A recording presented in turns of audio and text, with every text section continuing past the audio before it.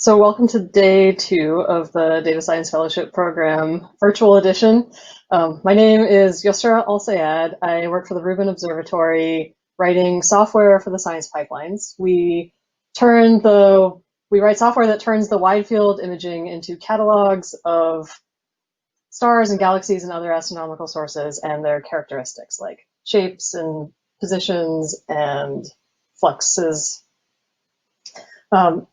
So this lecture assumes that you have already done the Introduction to Stellar Photometry notebook. So if you haven't done that yet, I recommend that you pause this video and go do that now.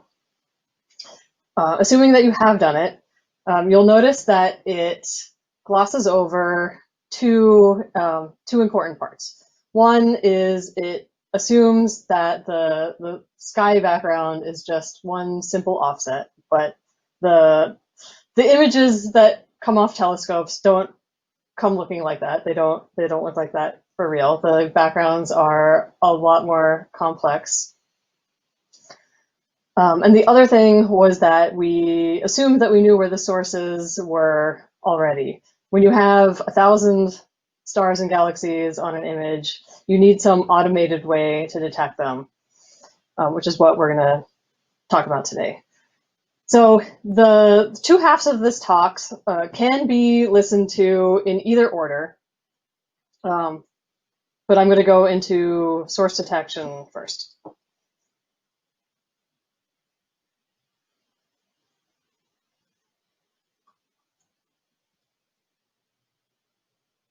So source detection is the problem of automatically finding all the astrophysical sources in an image. How do we get a list? How do we turn this into a list of stars and galaxies? Another way of wording this is how do we test the hypothesis that for any pixel there is an astrophysical source overlapping it?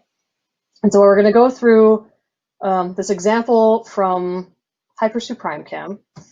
This lecture is going to focus on real images coming off of telescopes. You'll notice that the notebook is a continuation of the one-dimensional examples.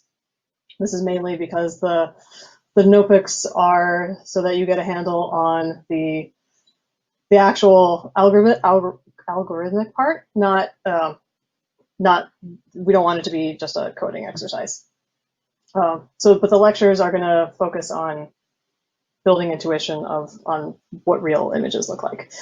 So we're going to use HyperSuPrimeCam imaging as an example. The reason for this is that, one, the LSST pipelines are being run on the HSC for their data releases. So the Science Pipelines team is very familiar with HyperSuPrimeCam images. The other reason is that the cameras are very similar.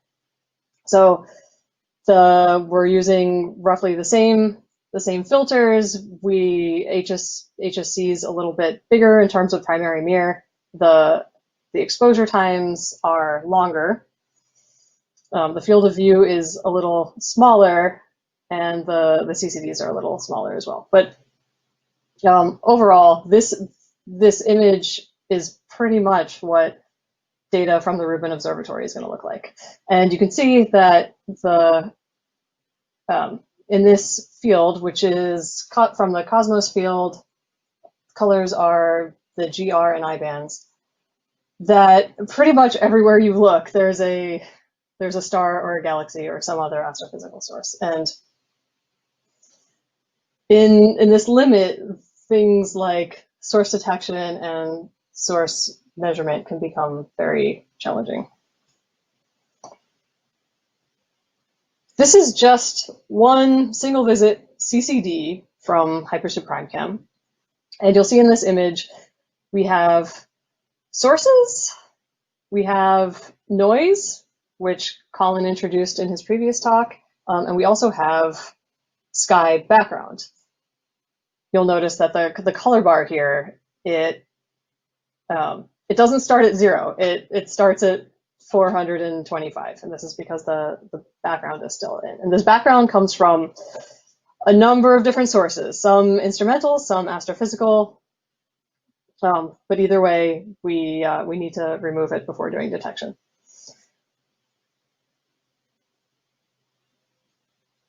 Okay, so how would you remove the sources, or how would you detect the sources from this image? Well, the simplest thing you could think of doing is just applying a threshold. However, that we are not ready for that, and that would not work at this point. We have to do a number of image processing steps first. If we were to just say, oh, everything above 435 is a source, we would probably end up with half the image being a detection and the other half not being a detection, with a lot of noise. So what do we have available to us data-wise to do source detection? We have let's assume we have a background model and a PSF model. Now, you're probably thinking, but Yusra, don't you need a list of stars first before you can model the PSF and get a real background estimate?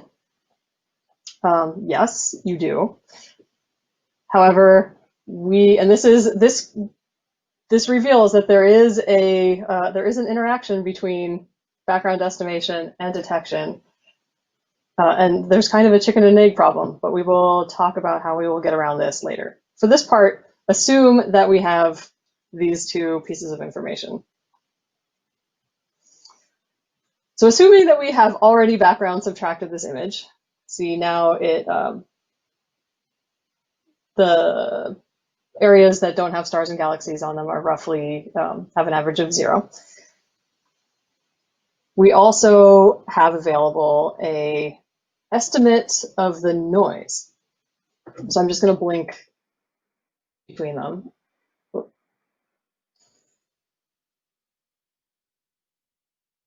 They look very similar, but they don't look exactly the same. So you can still see sources in this variance image. And this is because, remember, the variance is the square root of the input. But you also see these cosmic rays here. And this is because something I didn't tell you was this image has already had cosmic rays detected and removed from it. And these are the imprints left behind in the variance plane. We also have a mask plane, and this is from the instrument signature removal stage. So we're assuming that this image has already been bias subtracted and flat fielded, and in this process, we also have a map of all the defects in a CCD, so the hot pixels, the cold pixels, bad amps, and we can mask, using that knowledge, mask them as defects. Those are the red regions. We also have mark where we interpolated over the cosmic rays. Those are these blue regions here. And you'll notice the centers of the stars are green. It's because it's a combination of interpolated and saturated. These are marked saturated during instrument signature removal just by the sake of having very high counts, and then they are interpolated. Now, you'll also notice that next to every saturated region, there's a twin region that looks just like it. This is from crosstalk. So the wires in the CCD electronics, remember that a wire, if there is a current, they are touching, they're very close to each other. So when you have a current in one wire, it can induce a current in its neighbors through magnetic fields.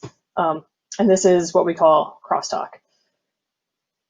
This is predictable and can be modeled out.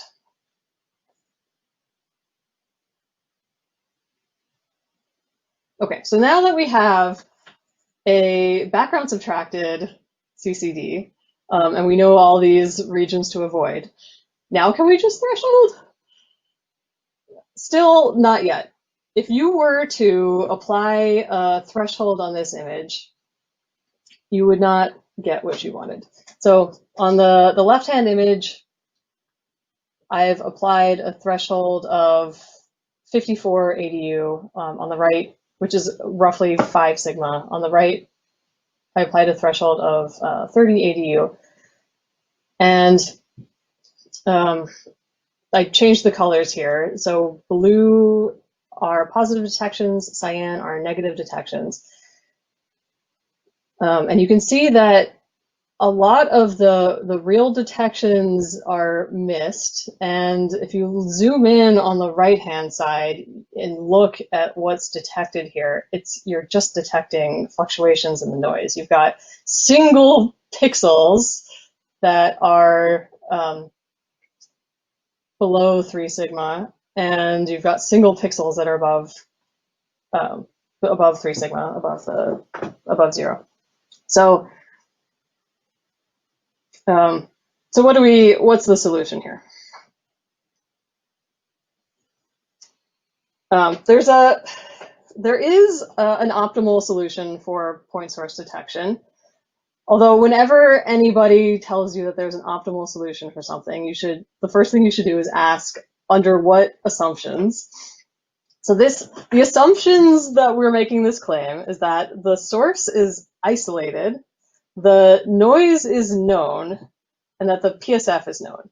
Now, in practice, none of these are exactly true, but they are close enough to true that this is the best method for source detection that is available. And okay, so there's a number of ways to arrive at this solution, and the notebook goes through this in more detail. But there's basically three ways of looking at it. So what you want to do is test the hypothesis that there is a point source centered at a given pixel. What this leads you to end up doing is pre-computing the PSF flux in every pixel. And this ends up being a convolution. So you need to correlate with your image with the PSF first. Correlation or convolution. So some astronomers are more pedantic about this than others. Technically this is a correlation, but I am sometimes sloppy with my use of the word convolve. So forgive me for the rest of this talk. But what convolution is you define an output image, and then for every pixel in that output image, the pixel is a sum of its neighbors weighted by some kernel. This is, and you remember from the PSF photometry talk, or the PSF photometry notebook, that optimal point source, to measure a point source flux, the optimal aperture to use is just the PSF model itself as a kernel. So what you end up doing is just computing the PSF flux in every pixel in the output. There's 3 different ways of landing at this same conclusion. So you can think of it as pre-computing the PSF flux centered at every pixel. You can think of it as the maximum likelihood estimate per pixel. Or you can think of it as a matched filter from the signal processing literature, where the PSF is the template. The way, and this is closest to the way that I think of it. A match filter is produced by correlating a template with a signal to detect the presence of a template in the unknown signal. To go through this as an example, say we have an image with 5 digits in it, and we want to detect the 0. We would define this 0 image as the template. And it's, an example that it's a bit of a stretch that we know exactly what this 0 looks like. And then we correlate this 0 with the original image. And you see that overall, it smears out the original image, but where the zeros lined up, there's now a peak in this detection map, and that means that we can see that there is a 0 centered at here. There's a high probability that there was a 0 centered on that pixel, or rather, that pixel has a high probability of a 0 being centered on it. And as another example, let's look for all the 1s. We just correlate the image with an image of a 1, and we see the peak now appears down here. So we can do this with astrophysical imaging as well. We have our same 1,000 pixel by 1,000 pixel cutout of that CCD. And if we correlate this with the template of what we want to find, in this case, the PSF, and this is where the PSF model comes in, you get a detection map. We also sometimes call this the likelihood image. So for every pixel now in this output image, it contains the probability that there is a point source centered at that pixel. Now, if you do spectroscopy and do things like estimate the redshift of a quasar, or classify what type of galaxy, or classify what type of star you have, you may be familiar with passing templates over spectra. And yes, if this looks familiar, it's because this is the exact same thing. Okay, so we've really just produced an image where every pixel has the PSF flux pre-computed. So why, if we compute these images, then why do we have to measure the PSF flux again? And the reason is that it is extremely unlikely for the center of a star to actually land at the center of a pixel. What you need to do is run a centroiding algorithm to find the real estimate of the center of the star. And I believe Gary is going to talk about that next in his astrometry talk. Another question is, why do we correlate with a PSF even though not everything in the sky is a point source? So for these assumptions that we've made before, the detection procedure is optimal for finding point sources, but not for finding extended sources.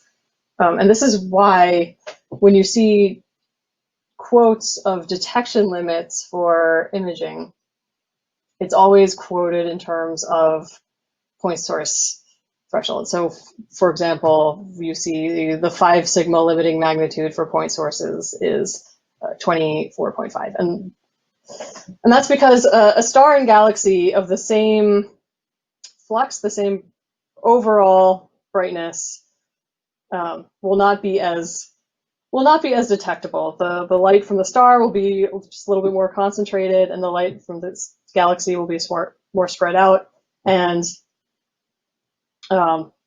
you will be able to find 24.5 magnitude stars in an image where you can't find 24.5 magnitude galaxies.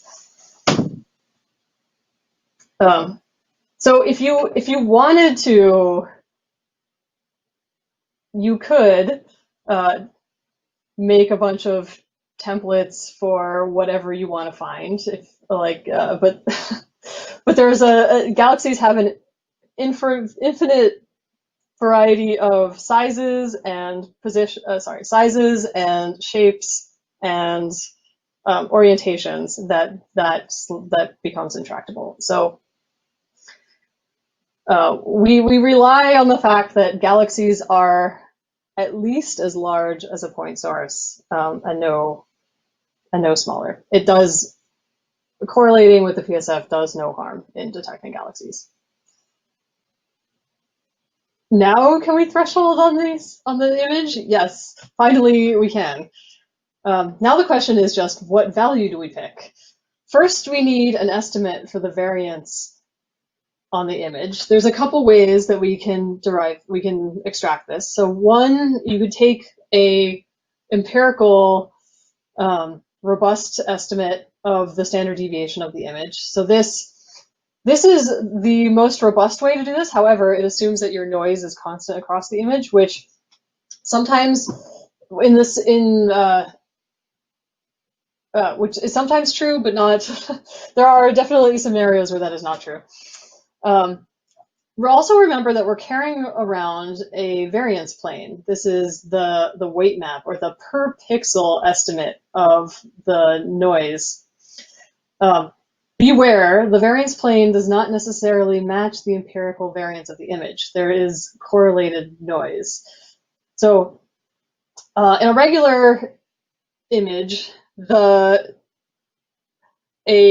single pixel, assuming that there's no signal, if that pixel has a lower value than 0, the pixels next door do not necessarily have a higher probability of being a lower value. That is, all the pixels, the noise in all the pixels are independent. Once you have done a convolution or correlation, that is no longer the case. So in this likelihood map, for example, you can see that every peak or trough in the original image now has turned into a cluster or region of higher values or lower values. And this is what we call correlated noise. It means that if a pixel has a higher value than we'd expect, then it means that its neighboring pixels also are have a higher probability of being a higher value as well. This is not captured in the variance plane because each pixel in the variance plane has just one value for the variance. It doesn't contain the whole covariance matrix. So this is where detection usually goes wrong. 99% of the time, if you are over detecting or under detecting, it is because of a misestimate of your noise. So for back to our example, we are using a robust standard deviation of the detection map itself. In this case, I used a sigma clipped standard deviation. If you want your threshold to be 3 sigma, you multiply this by 3, and you see it comes out to about 880 U. In practice, we use a higher threshold, more like 5. And you can see that this does a reasonable job. Let's zoom in on a corner here.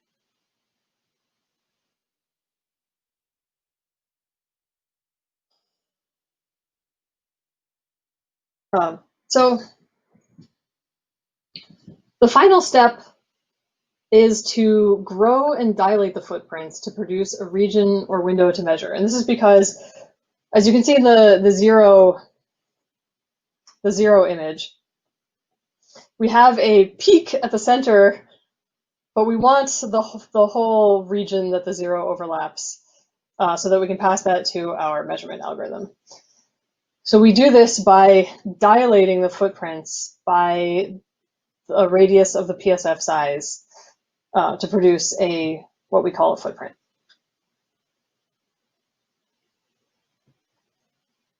And when we do that and go back to our original pre-correlation image, we end up with detection footprints shown as blue on here.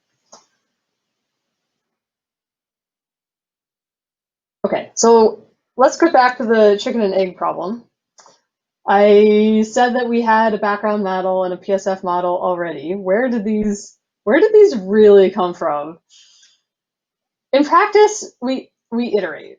So we first estimate the background like you did in exercise 1. You don't do detection first. Then we do detection of only the brightest sources. So we use a very high detection threshold, 5 sigma, 50 sigma, for example. And we don't have a PSF yet. So what do we use? We use a Gaussian PSF approximation using the seeing conditions in the observation. So with this new set of detection, we can re-estimate and subtract the background, ignoring the pixels marked as belonging to detections. Now we have a set of stars where we can do PSF estimation for real. We redetect sources using this real PSF model, and now we re-estimate the background using these real detections. And now we can finally measure the PSF flux.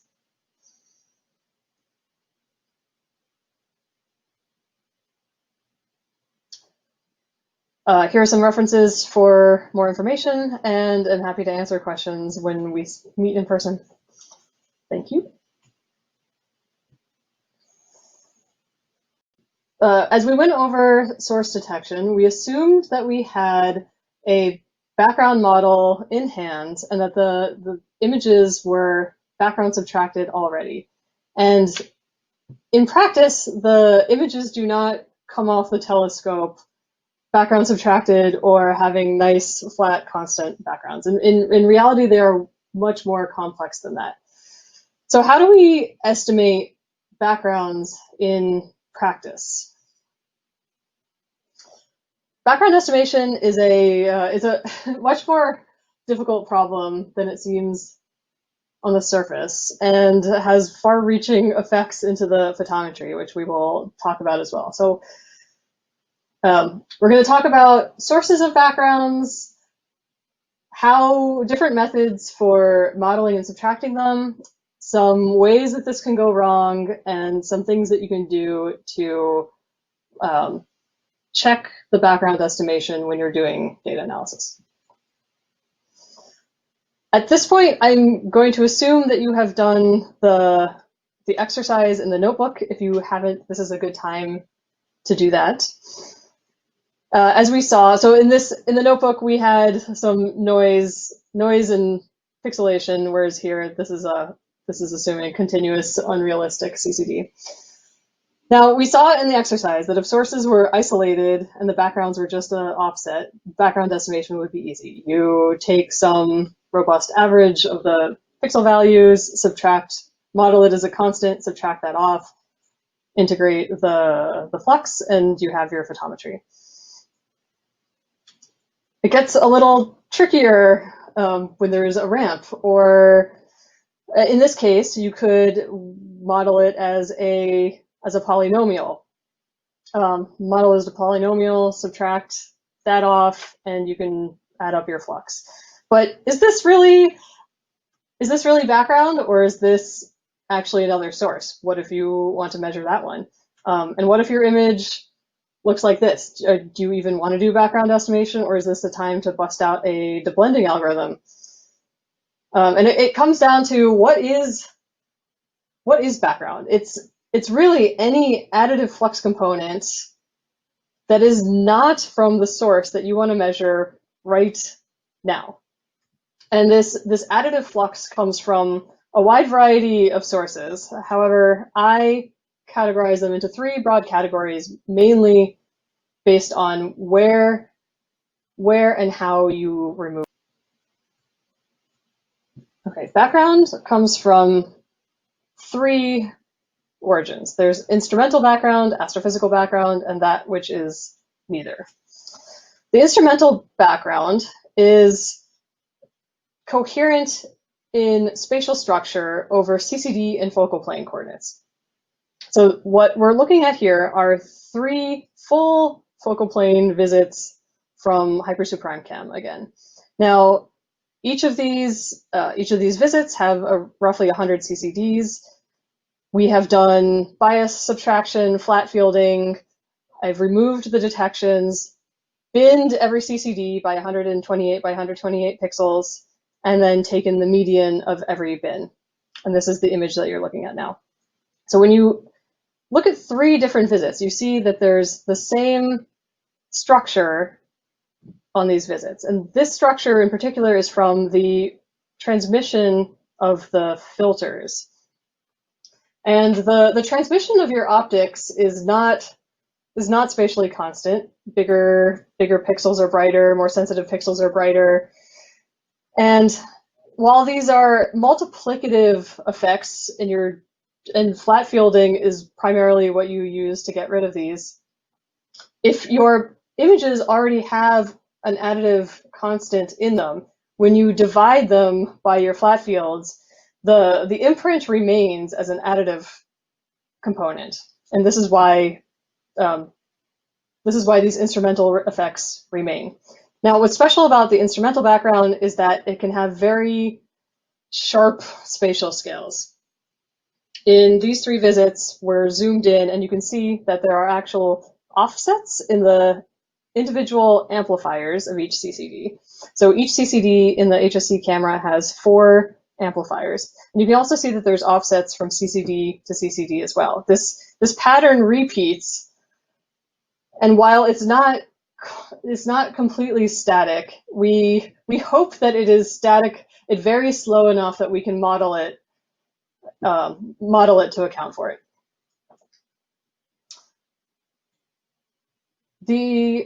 On the other hand, astrophysical background has temporally coherent structure in sky coordinates. When you take repeat observations of the same part of the sky, you will see background fixed in sky coordinates. For example, this galactic cirrus is fixed in sky coordinates. You also see diffuse scattering halos from the atmosphere, especially around bright stars. Now, the amplitude of these bright star halos will vary, but the positions are fixed because the stars are fixed. We want to measure the sources behind this bright star, just like we want to measure the flux of sources in the outer regions of large galaxies, in the intercluster light, or even around the neighboring stars and galaxies, which is when you would best bust out your deblender. So the distinction between these 2 types of background is important for where we remove each component. There's also a third category, which is that which is neither instrumental or astrophysical and varies with time. So I call this the temporal background. It comes from terrestrial origins, solar system origins, and this is traditional sky background in the form of air glow, which is atmospheric emission, your moonlight. You can also put zodiacal light in this category, whereas it stays fixed over days, it does vary over years. Another fun source of temporal background are ghosts. In this, we're going to image Arcturus and change the pointing so that it moves from the center of the focal plane towards the edge. And you can see how the light, the bright light from Arcturus is reflecting off of the flat surfaces of the optics and producing these ghosting. This is very similar to the lens flares that you'll see in photographs if you try to take a picture of the sun. And you'll notice that even when Arcturus is off the image, you will still see reflections. And I call these glints. Robert Lupton calls them ghoulies. These are reflections off of the edges of the optical components, not the main surfaces. The distinction is that ghosts are predictable. You can use a ray tracing code to predict where they are. Whereas while people do predict where they are and mask them so that they don't contaminate your list of source detections, I've never actually seen these subtracted off in practice. And this can also come from an unlimited amount of an unlimited source of light, which will I'm always surprised of where background can come from. For example, in this series of Y-bands HSC images, we saw these little streaks that you can see rotating as the camera rotates. And we were very baffled on where these came from for a long time, but realized it's the reflected light off of an infrared LED encoder. So all you have to do to make those go away is like put black tape over it, and yeah.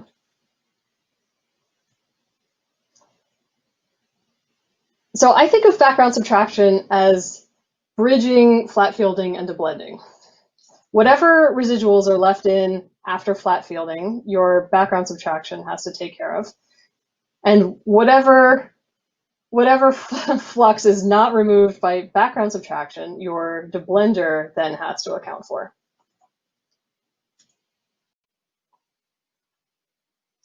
How do people usually go about subtracting this background in practice? Now, you can assume that all astrophysical sources that you want to measure are smaller than some spatial scale, and that you can classify everything larger than some spatial scale as background. In practice, you could do this on a per CCD basis. So our same favorite CCD from before. And this is basically exactly what you do in the notebook, just in 2 dimensions rather than 3 dimensions. You run detection, mask out those pixels, then you can bin up your image, in this case 128 by 128 pixel bins, and then apply some spatial 2-dimensional model to these bin centers. People use Chebyshev polynomials or interpolate using splines. Either way, you can use this to choose what spatial scale you want to subtract. So for polynomials, the higher the order or degree, the smaller spatial scales you will subtract. For splines, you can control this by increasing your bin sizes. So in this case, we model this as this is a 6th degree Chebyshev polynomial, and on the right hand side, this is that model subtracted from the original CCD.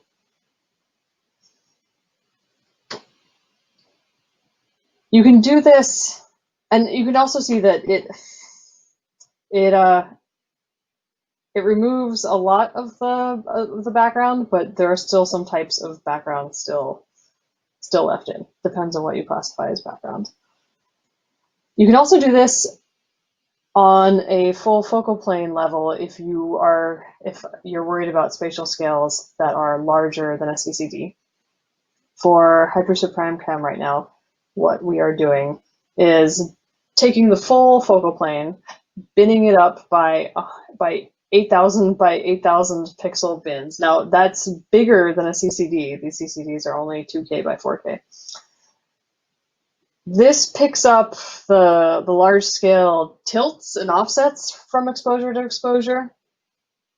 To take care of the small scale backgrounds, the instrumental backgrounds, what we have done is take multiple exposures, different parts of the sky, and then taken a median background. And then with these sky frames, you normalize them to your per visit background, and this picks up, subtract that off, and this picks up that small scale features between exposures. So here on the left-hand side, there are 6 sky frames from different filters, and you can see the spatial patterns of the throughput from the filters imprinted in this median background. This is similar to another way of doing full focal plane background subtraction. Gary Bernstein demonstrated for the dark energy survey that you can model the background using a robust PCA. So those of you who have run principal component analysis on data know that it's very sensitive to outliers. There's an algorithm from Emmanuel Candes, which iteratively fits and removes outliers and iteratively fits and removes outliers. And you can, simultaneously, you can separate every visit into a low-rank component and a sparse component on the right-hand side with outliers. This is a demonstration of how this would work for one visit for HyperSubprime Cam. We see that it works better. So the left-hand side is from that that first full focal plane background subtraction that I described, where you do the 8,000 by 8,000 pixel bins and subtract off one sky frame. The right-hand side is the robust PCA using approximately 30 principal components, and you can see that it does remove a lot of the structure in the amp-damp offsets, but you still see some residual offsets between the CCDs. So this is a work in progress for us. Now, a lot can go wrong with background estimation. One thing to watch out for is modeling sharp features with a smooth model. When we ran our global photometric calibration, which is the global forward calibration model also used by the Dark Energy Survey, we took the photometric residuals and stacked their CCD coordinates, stacked them in CCD coordinates. And when you do that, on the left-hand side, you see this pattern emerge. Now, this pattern in the photometric residuals is due to our background estimation. So this is a direct result of trying to model discontinuous features with a smooth model. So on the right-hand side, we have these offsets from amps, the 4 amps. And then if you model this with a 6th-order Chebyshev polynomial, like we did, and then subtract this model from the offset, from the original image, you get a background subtracted exposure that looks like this and matches exactly what we saw in the photometric residuals. Now, before you worry, the color bar on the left-hand side was -2 millimag to 2 millimag. So this is a very subtle effect. But anytime we see residuals with a clear pattern like this, we get excited because it means that it's something that you can model and fix.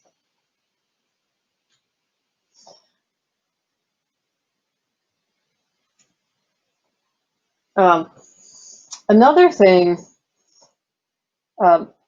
okay, so another thing that can go wrong on the first public data release for HyperSubprime Cam, we just did the per CCD 6th-order Chebyshev polynomials, subtracted those backgrounds, and then generated coads like you see on the left. Now this, for sources that were larger than a CCD, like this galaxy here, you clearly see some over subtraction around this galaxy. So for the next data release, the low surface brightness community complained a lot about this because they're interested in very large diffuse sources. The next data release, we only did the larger full focal plane 8,000 pixel bin background subtraction and ended up with the coad like you see on the right. Now the low surface brightness community was happy with this. However, everybody else was not, and that's because there was so much light left in from the halos of bright stars, especially, that we had to mask out 30% of the survey with 30% of the survey was contaminated with light from bright stars. So there are trade-offs in what spatial scales you use for what science you're doing. And just as an aside for bright stars, this is a problem that plagues plagues everybody. And one method for dealing with it, which is becoming ubiquitous, especially in the low surface brightness science community, is to model the very extended PSFs of bright stars and try to subtract them off. So here you see some work from Raoul and Fontesens, who, with Stripe 82 data, co-added all the very bright stars, used that to generate a model, and then subtracted off these extended PSF models to reveal more of the fainter sources underneath. So here you see the unsubtracted and then the subtracted. And this helps with photometry in the wings of bright stars. Okay, when you are using catalogs, there are some breadcrumbs in the catalogs that you can use to double check the sky. There are extra columns and extra rows in the database, and you can expect these from the Rubin Observatory catalogs as well. For every source, we measure the flux in 2 sky annuli around sources. And this gives you an idea of what the sky background around your source of interest is. Another thing we do is add new rows to the catalog, and these rows are called sky objects or sky sources. These are positions of blank sky that have the full suite of photometric measurements made as if they were detections. If everything has gone right, the average flux of these sky objects should be 0. And the width of the scatter gives you a good idea of the noise in the image as well. So on the right-hand side, you see a histogram of the flux of sky sources, nicely centered on 0. For the red line for 25 pixel apertures, we expect there to be enough contamination from neighboring galaxies and stars that it ends up being bias positive.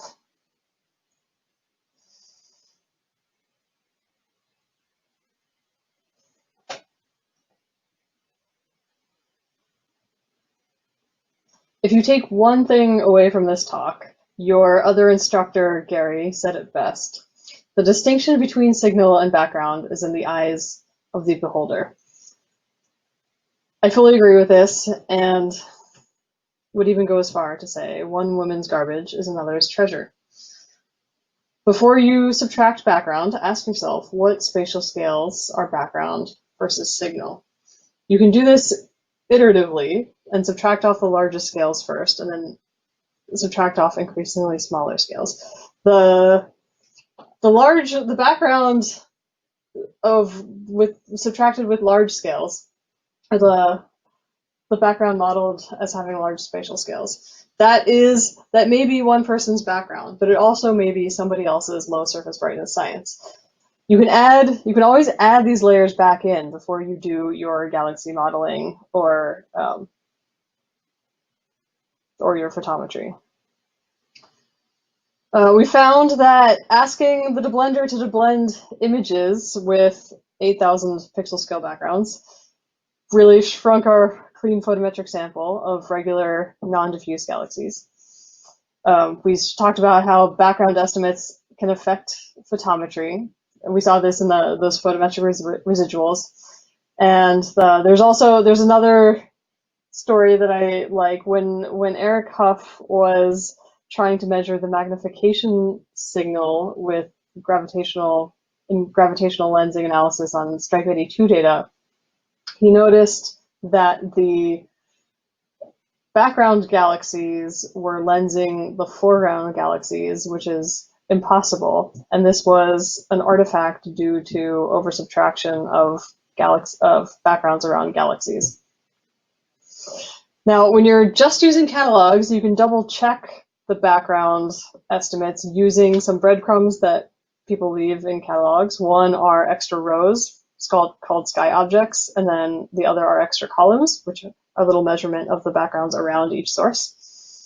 And if you're curious about what Ruben plans on doing for background estimation, I'm happy to answer those questions during the Q&A. Thank you. Looking forward to meeting you on Zoom in August.